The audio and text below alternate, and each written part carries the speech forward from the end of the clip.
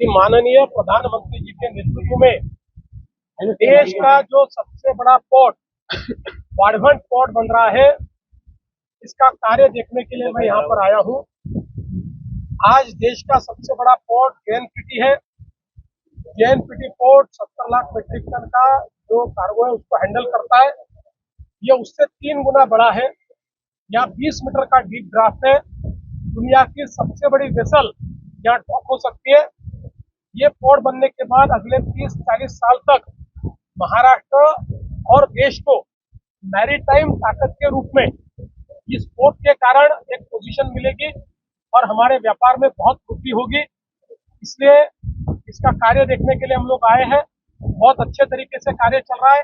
सारे regulatory problem solve हो गए। प्रत्यक्ष रूप से काम भी शुरुआत हुआ है। कुछ अभी एक्विजिशन के इश्यूज चल रहे हैं जिसमें स्थानिकों को साथ में लेकर ही हम काम करेंगे। विशेष रूप से फिशरमैन कम्युनिटी यहाँ की जो है उसके लिए हम ज्यादा व्यवस्था करना चाहते हैं।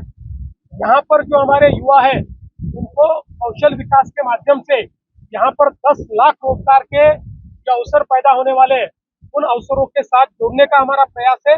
और कुल मिलाकर मुझे इस बात की खुशी है, चाहे ये वाढवण का पोर्ट हो या मैंने आते आते बोईसर में बुलेट ट्रेन का जो स्टेशन बन रहा है उसका भी वहाँ पर मैंने एक प्रकार से इंस्पेक्शन किया है और वहाँ पर भी बहुत अच्छा काम चल रहा है। साथ साथ हमारे हाईवेज भी बन रहे हैं।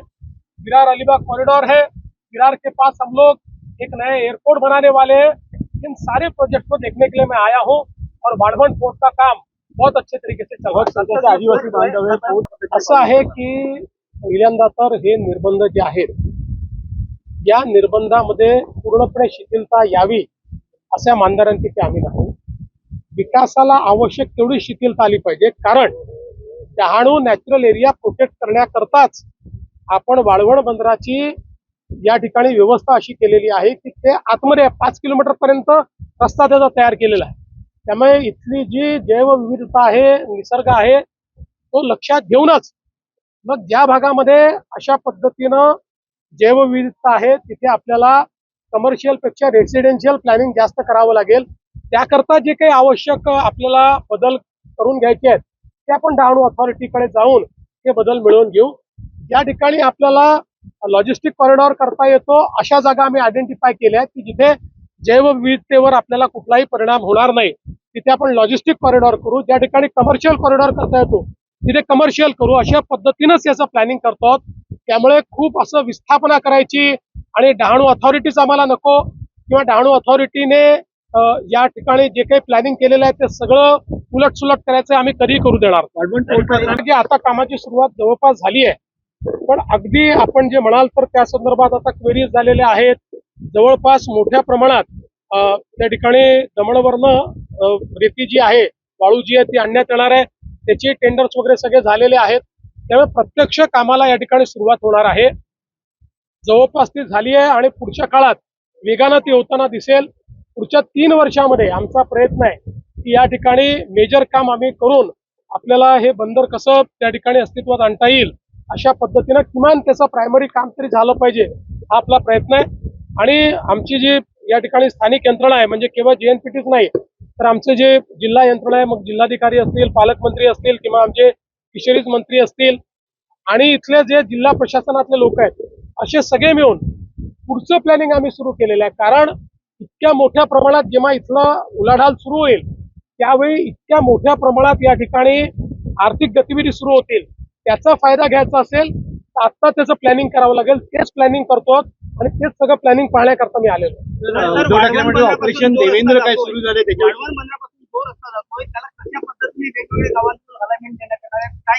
त्याचा नीट अलाइनमेंट ठरलेली आहे, कारण आपल्याला वाढवणवरनं एक चांगला रस्ता त्यासोबत जे आपलं फ्रेट कॉरिडॉर आहे त्याची कनेक्टिव्हिटी म्हणजे मल्टी मॉडेल कनेक्टिव्हिटी आपल्याला द्यावी लागेल।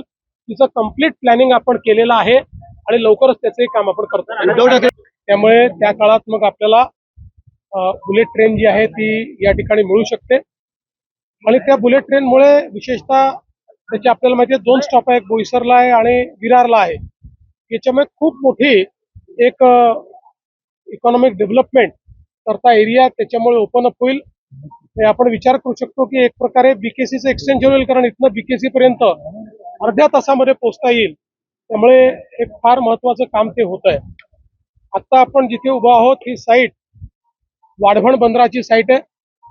आपल्याला कल्पना आहे की आज देशातलं सगळ्यात मोठं बंदर हे JNPA बंदर आहे.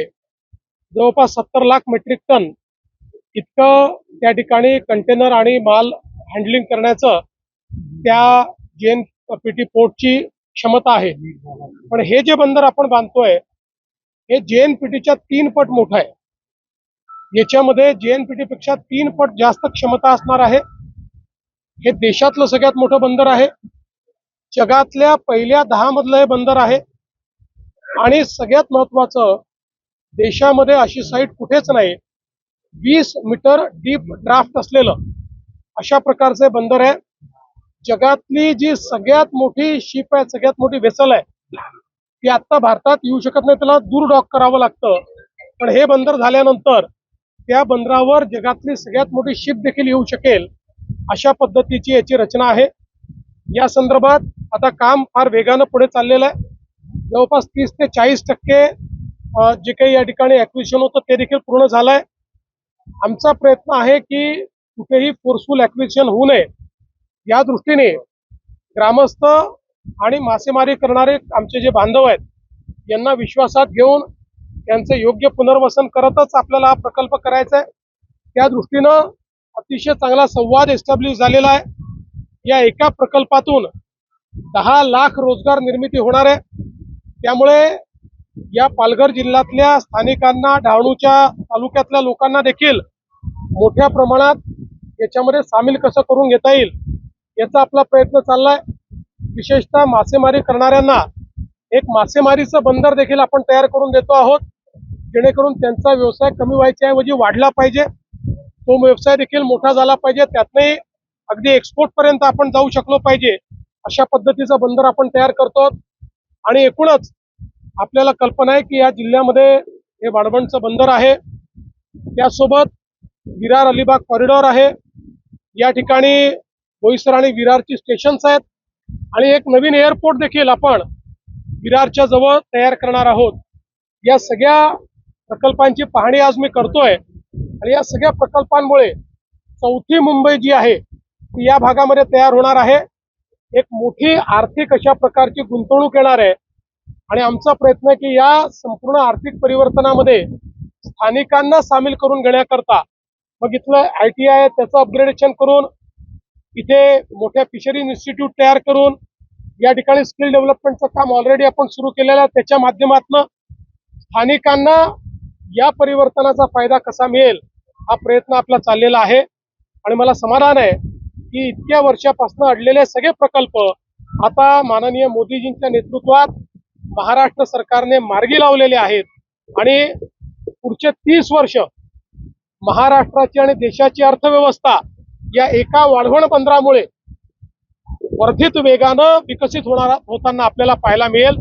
त्यामुळे देशाच्या इतिहासातलं विकासाचं एक महत्वाचं पान म्हणजे वाढवणचं बंदर आहे. आदिवासी बांधव मोठ्या प्रमाणात आहेत, त्यांना फोर्सफुली जमिनी घेतली जातील असं म्हटलं जातं. त्यांना काय तुम्ही फोर्सफुली जमिनी घेतल्या जाणार आहेत का? पहिली गोष्ट, या ठिकाणी संवादानेच आम्ही जमीन ॲक्वायर करतोय आणि म्हणूनच आपण बघितलं असेल की सुरुवातीच्या काळामध्ये अनेक लोकांनी अनेक अफवा पसरवल्या होत्या. त्यामुळे लोकांमध्ये खूप मोठ्या प्रमाणावर त्या ठिकाणी असमंजस होता, गैरसमजूत होती, ती सगळी हळूहळू आम्ही दूर केलेली आहे. आणि मला विश्वास आहे आता ज्या प्रकारे गावकऱ्यांचा आम्हाला प्रतिसाद मिळतो आहे, आम्ही हे काम लवकर करू शकू. आपण ITIच्या संदर्भातला जो प्रश्न विचारला, हे सगळे ITI आपण अपग्रेड करतो आहोत. या ठिकाणी जी इकोसिस्टीम तयार होणार आहे त्यात कुठली कौशल्य हवी आहेत ती सगळी कौशल्य आपण तिथे आणतो आणि आपल्या स्थानिकांना मोफत सर्व ट्रेनिंग त्या ठिकाणी आपण देऊन त्यांनाच या ठिकाणी त्या कौशल्याच्या माध्यमातून त्यांच्या जीवनामध्ये पुढे जाता येईल, हाय पेड जॉब्स मिळतील, अशा प्रकारचा आपला प्रयत्न आहे. वाढवण बंदराच्या ग्रामपंचायत पूर्वीपासून समर्थन दिलेलं आहे वाढवण बंदराला, विकास करतो, त्यांनी अजून कोणताही आता हे राजकीय प्रश्न गौण आहे. या राजकीय प्रश्नांनी कोणाचंही भलं होणार नाही, लोकांचं भलं विकासाने होणार आहे. त्यामुळे माझं सगळं कॉन्सन्ट्रेशन हे विकासावर आहे. आणि मला कधी कधी आश्चर्य वाटतं की सर्व्हिस फ्लाईटमध्ये ज्यात कोणी बसू शकतं अशा फ्लाईटमध्ये योगायोगाने आम्ही एकत्रित आल्यानंतर जितक्या चर्चा झाल्या त्या चर्चा म्हणजे मला तर असं वाटतं की माफ करा पण कधी कधी वाटतं की आपण राजकीय व्यवस्थेत आहोत का वेड्यांच्या बाजारात आहोत असा प्रश्न पडावा. अशा पद्धतीच्या चर्चेत पण काही हरकत नाही. किती कोटी आपला ऐकले? किती मला कोटी ऐकले मला मला विमानामध्ये? मला असं वाटतं नाही ते एका बाजूला बसले होते मी एका बाजूला त्याला संबंध आहे की चौथी पण